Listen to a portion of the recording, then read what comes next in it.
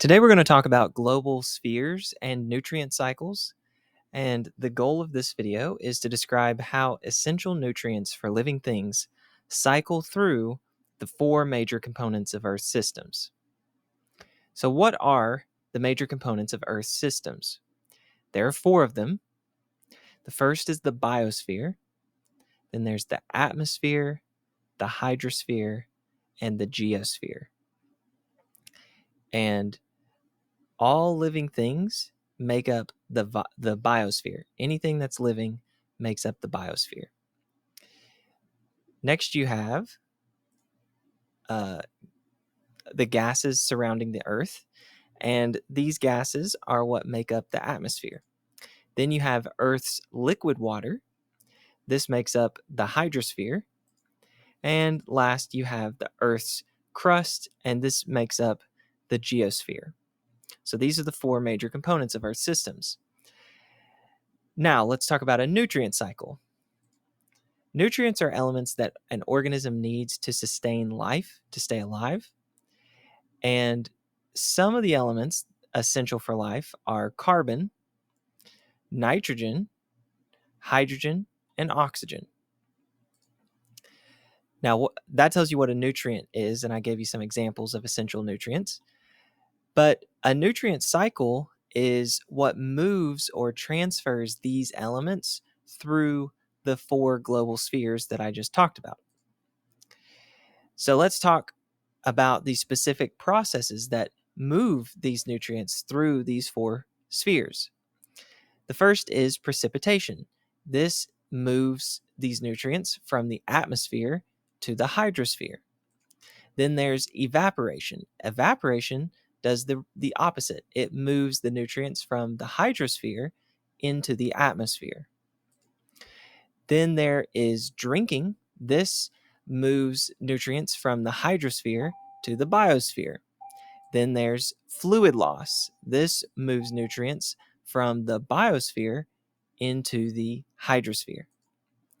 There's deposition. Deposition is where nutrients move from the hydrosphere to the geosphere. Think of the word deposit. Then there's erosion. Erosion is where nutrients move from the geosphere to the hydrosphere. There's also volcanic activity. Volcanic activity moves nutrients from the geosphere to the atmosphere. So think of a volcano erupting. There's gases being given off. Then there's decomposition. Decomposition moves nutrients from the biosphere to the geosphere. And last, there's feeding. Feeding moves nutrients from the biosphere to the biosphere. So one organism, one living thing eating another living thing. That's what this arrow is right here in the picture. So all of these arrows in the picture represent one of these types of processes on the left. Now, to finish up, how does this connect with photosynthesis and cellular respiration?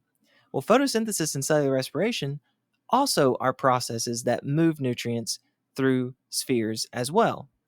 For example, photosynthesis moves oxygen from the biosphere to the atmosphere. So if you look at this tree, the tree is a living thing and it contains nutrients. One of those being the element oxygen. The tree, when it performs photosynthesis, the cells that make up the tree, when they perform photosynthesis, they release oxygen into the atmosphere. That's an example of how photosynthesis moves nutrients from the biosphere, the tree, into the atmosphere, the gases surrounding the Earth. We'll finish here with cellular respiration. Cellular respiration moves oxygen as well. So, and carbon dioxide, I should say. So in this case, look at cellular respiration. The biosphere in this picture is represented as the tree. So the tree releases carbon dioxide through cellular respiration. And so that is doing something similar to what was going on here with photosynthesis. And also notice oxygen is moving from the atmosphere into the biosphere here. It's moving from outside the tree to inside the tree. So these are examples of how photosynthesis and cellular respiration move things in and out of the biosphere and atmosphere. Now, in the next lesson, we'll see how carbon in particular moves through all 4 spheres.